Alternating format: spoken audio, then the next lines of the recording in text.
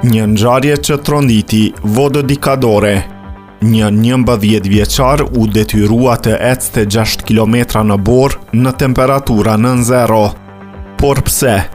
Sepse shoferi i autobusit e zbriti nga autobusi për një bilet prej 10 eurosh që djaloshi nuk e kishte. Fëmia po shkonte në shkollë, hipi me një bilet të përdorur më parë, por shoferi e refuzoi dhe e la në rrugë.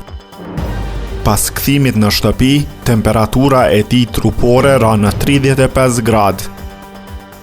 Djali ishte i lodhur, i sëmur dhe traumatizuar nga përvoja e tmerrshme.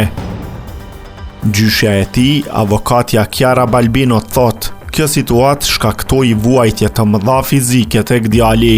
Në fillim të vitit shkollor, nëna e tij kishte bler bileta të vlefshme, por shoferi nuk pranoi pagesa në dorë, sepse rregulloret e kompanisë Dolomiti Bus e ndalojnë këtë. Sipas rregullores, biletat mund të blihen vetëm përmes aplikacionit OpenMove ose terminale POS. Çmimi i biletës 10 euro. Në përgatitje për lojrat olimpike dhe paraolimpike, Milano Cortina 2026.